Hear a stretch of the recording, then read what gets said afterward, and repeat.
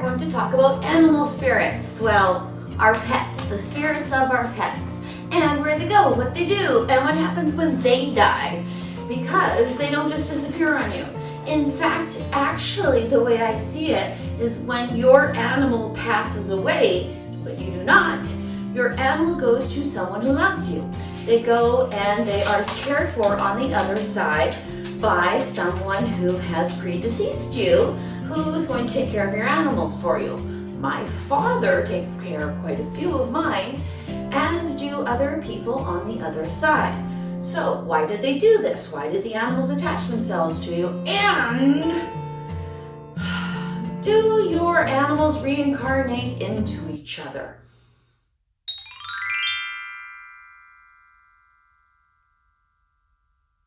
So often I am told by people that they believe that their animal that they have right now actually contains the soul of an animal they used to have that is crossed over.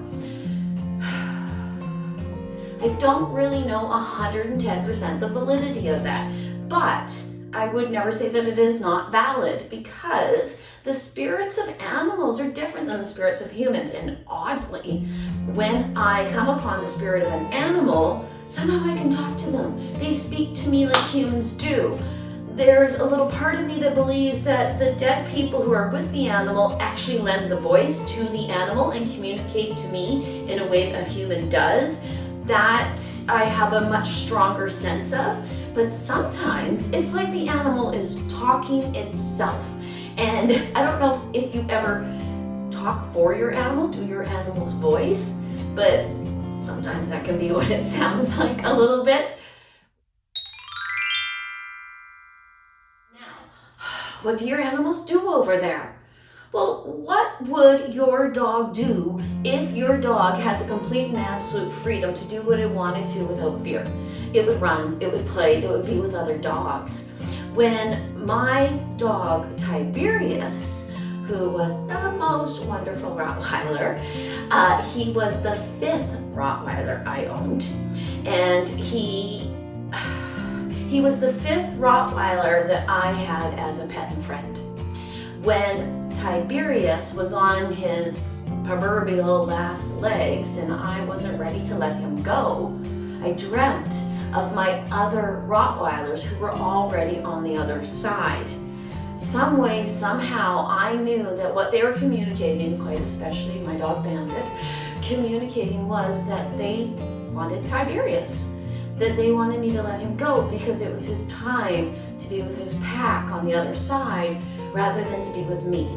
Because keeping Tiberius with me was actually prolonging Tiberius's suffering, and he was ready, and they were ready to have him. The next day, I made the call, and I let him go. It still bothers me.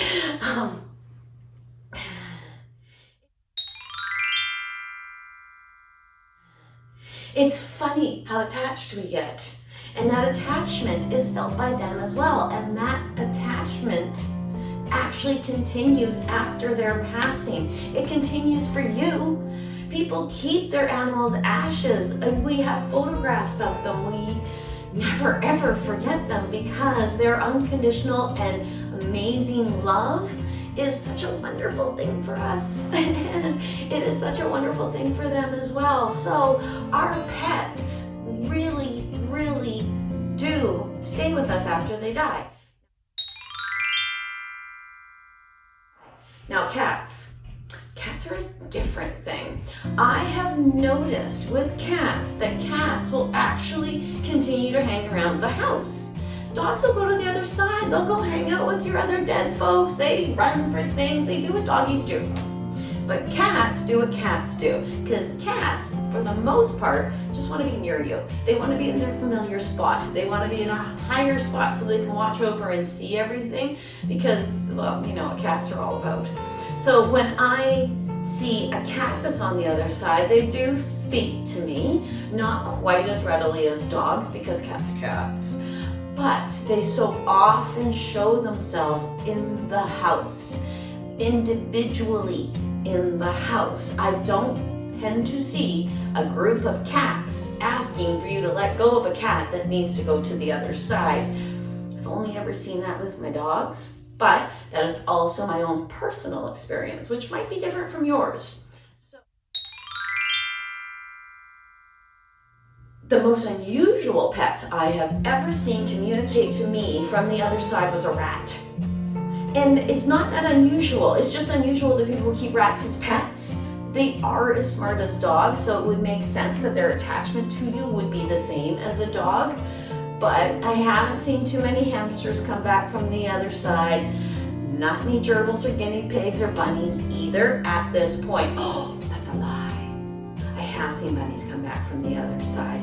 It's just that people don't have the same connection with these animals. They don't have them for as long, and it's not the same sort of living amongst each other, living together. With the bunny in question, it was that kind of situation. So the bunny was able to communicate with the person who had lost the bunny because the bunny was seen like a cat or dog by the person. So it's your connection with the animal that completes the connection, but it's their connection with you that makes the communication possible. It's the fact that they want to come back and communicate with you. Oftentimes as well, when I communicate with an animal, I get the animal's eye view. I can see people's ankles, their calf muscles. I can see up like I'm crawling around on the ground. Sometimes with cats or with smaller dogs, they just show me the ground floor of everything because that is their perspective. So oftentimes as well, when I see a dog in spirit that appears to be very large, I know that they were most likely a small dog here on earth. Same thing goes for when I see the spirit of a small dog. I think this might have been a big dog when it was on earth.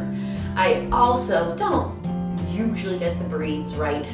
It used to be that I would just generically see a golden retriever, which is really strange because I've never owned a golden retriever.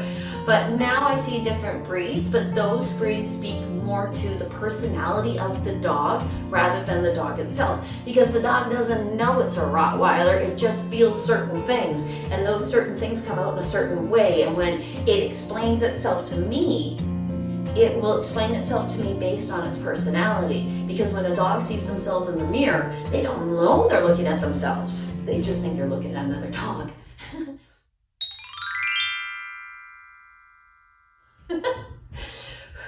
So if you've lost a pet, please know that you actually can continue to communicate with them, that they actually might still be with you. And those nights when you wake up and it feels as though your cat just jumped on the bed and walked on the bed, but your cat's on the other side, maybe your cat actually did walk on the bed and lay beside you, because that's what they're accustomed to doing. Cats are really good about doing that one. And when your other pets start freaking out about stuff you can't see, think about the fact that quite possibly they can see what you cannot because no one's ever told them different.